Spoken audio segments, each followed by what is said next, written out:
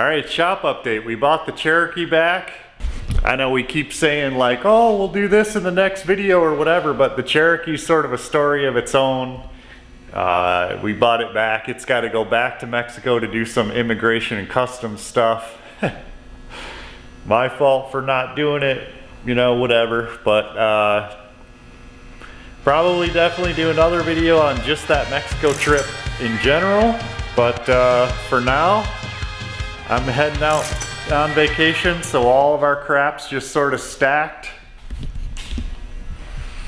You know, just stuffed in the corner here. There's stuff up top. You know, like this is all full. I think it was last time we looked it was empty, but from a shop update, I think the important piece is we're realizing what we need and don't need. I think we're gonna get, as cool as this box is, we're gonna get rid of it to have drill and saw. Like all my scrap metal's just chucked under this bench. It's a real pain in the ass. I'm tripping over it all the time.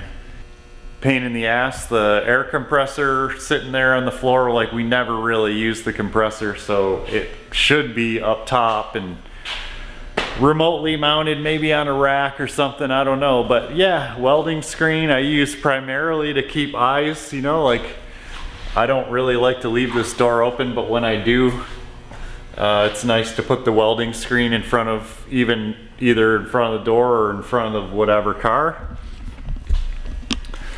But I am out for the week, so that's a good place to end it here. Alright, so what's the deal with the sand car? It's hard to believe, but when you buy one of these things, it's very custom to what you're doing, what you like to do, what your budget is, how much you're gonna beat on it, whether you want it to last, all of that sort of stuff. So what happens is, when you buy it, you have to strip the thing down to almost nothing. Make sure everything's good primarily, and then as you start building it up, you make it your own. Set the pedals where you want them, move the seats around. It's also a really good time to send everything out. So here you can see there's nothing but bones on this car. The shocks and springs are gone. We have spring bars in just to hold the thing up. The car's going to the tuner, so all the engine management stuff is still there, but that's about it. Throttle, and other than that, it's not even on there. There's no gauges, there's no nothing. This is even just a temporary seat, just to be able to get it there. So it's a shame I don't have a better dialogue for it, but you know, like it's kind of self-explanatory. What would be really cool is as we get this car done, maybe do some specific videos on, for example, that pedal box or that motor or that transaxle to kind of, you know, talk about all of the history and evolution and all that. Like this car wasn't just conceived, like they didn't just take a factory car and you know, realize that this is 20-30 years of evolution on parts to make this something like this happen, especially to make something like this perform as good as it does out there.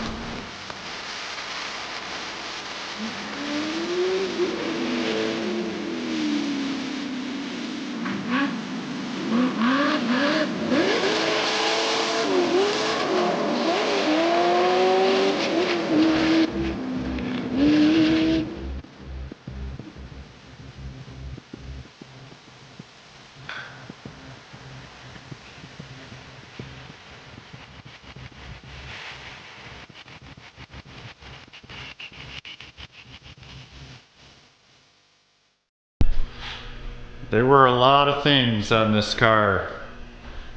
A lot of tabs, like this floor wasn't in. That's a whole story with the mash and the grain. That very difficult. Throttle cables, steering tube. I think I made a YouTube video on that steering. It's really amazing how much you find when you start tearing into stuff. So look at this steering is terrible, but you know, we got it fixed, we got it dialed. It had to be welded in the car, so the welding's not perfect, but it's good. And all that blue tape is things that need to be addressed. So you can see the same things come on and off the car, and the car comes in and out and goes somewhere else to the tuner, in the trailer, out of the trailer, test, put the parts back on, take them back off, find something else, fit it. We're gonna upgrade this to a different piece, put it back in, clean this, do that. It's just a lot of time, and that means money. We're having a dash made. There's a Switch Pro in here. Brand new, switched over to the Holly computer, and in the dash here is going to be a 12-inch Holly dash. Check all the hubs, bushings here. Exhaust is still out to powder coat. Find all the build number and everything for the motor and air cleaner, all that. Of course, throttle cable wasn't the same, so we had to make brand new mounts for that. All the filters, you know, have the date, last date they were changed. Dude, floors, you name it. Over here, so this isn't the original dash even still, so you could see they cut the tube, and there were Zeus quarter turn fasteners just cut off, hacked off over here. So that's all clean and nice, ready to go. The radio's hung down off the dash here, kind of hung down off the dash. We need to make some kind of a pole probably to get them up off the floor so you can actually take this piece out without having to take all that out. That was a bitch. Seat sliders were all full of sand. It's all re-tabbed for new mirrors. This light bar is new here. Brand new light bar. There's lights inside the grills here. Those are all new. You name it. Rebuilt shocks, brakes, the pedal box. It's pretty cool. It's a racing pedal box. All this is all rebuilt, all brand new master cylinders for one for each brake and then one for the clutch. All brand new, rebuilt. This little pedestal here for your, like a heel pad for the clutch, that wasn't there. It's all got put in. Here's an interesting thing to think about. Dude, this car sitting on these jacks. There's no way to really hold this car safely, these cars, because this is all tubing down here, right? And this floor, you can see, is perfectly flat to, you know, be able to kind of like slide over the sand dunes. So when you go and put a jack stand on it, if there's any sort of tilt in the car, it's just gonna slide. So very dangerous. And you can see where like previous people have put their jack stand and crushed the floor or bent it. And so we have these, let's see if we get it to focus. You can see that ball. So I weld those on, and there's one under each of these posts. I weld that on to act as a jack pad. Yeah, you can see the floor here is just perfectly flat, and all the tubes are tucked real nice. Nice hydraulic steering and coilovers, bypasses, really nice hubs, really nice brakes. A lot of big money on this car.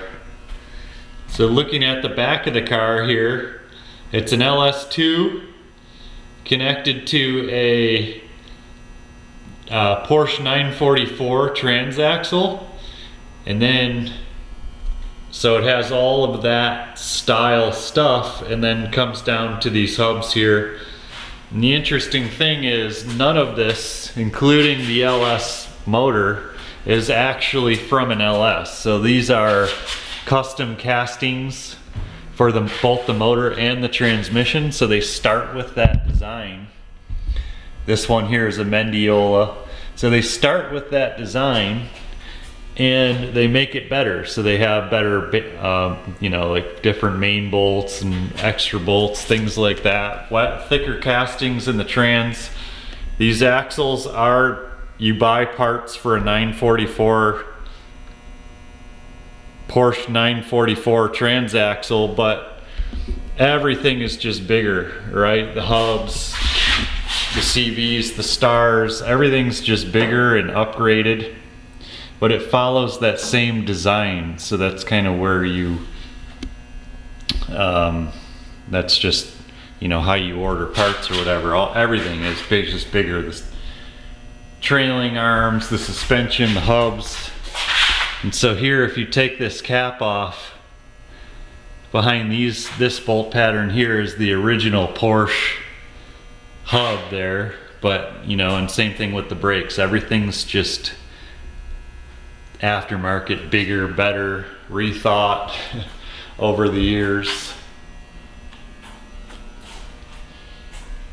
King shock, same thing, bypass coilover. It's Whipple Supercharger sitting up there. So all the accessory plate, everything, billet, alternator.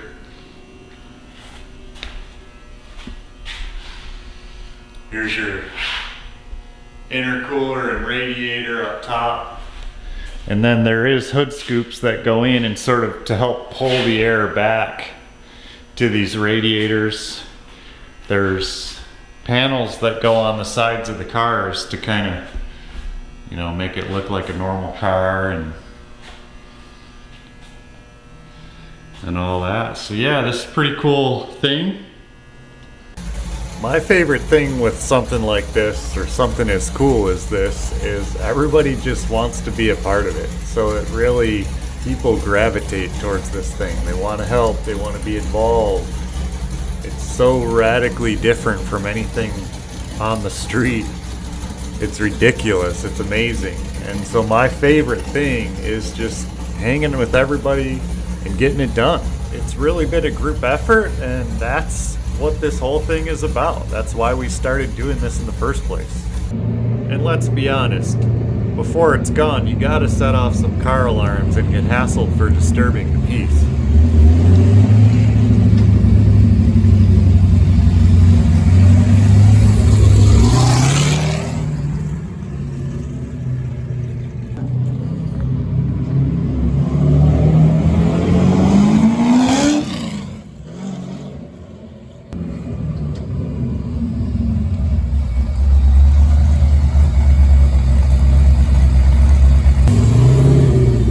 As he comes around the corner, it's just effortless to smoke these tires. Just a simple blip of the throttle and they're gone on this pavement.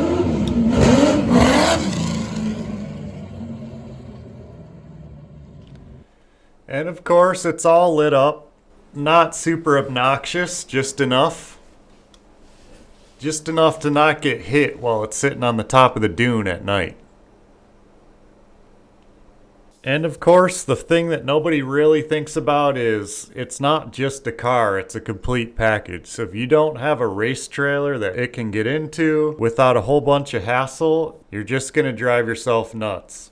So we put a winch in the trailer, we spent a lot of time measuring. I cut the wheels and recentered them so that they didn't need spacers in the back. We gutted the fridge, did some wiring in the trailer, a whole bunch of stuff to make sure that it was easy to use. And so it's off. It's off to get wrapped in the final tune, and then it'll come back to get all the seats, harnesses, and everything put back in. So we'll continue on in the next episode. See ya. Thank you. Don't forget to like and subscribe.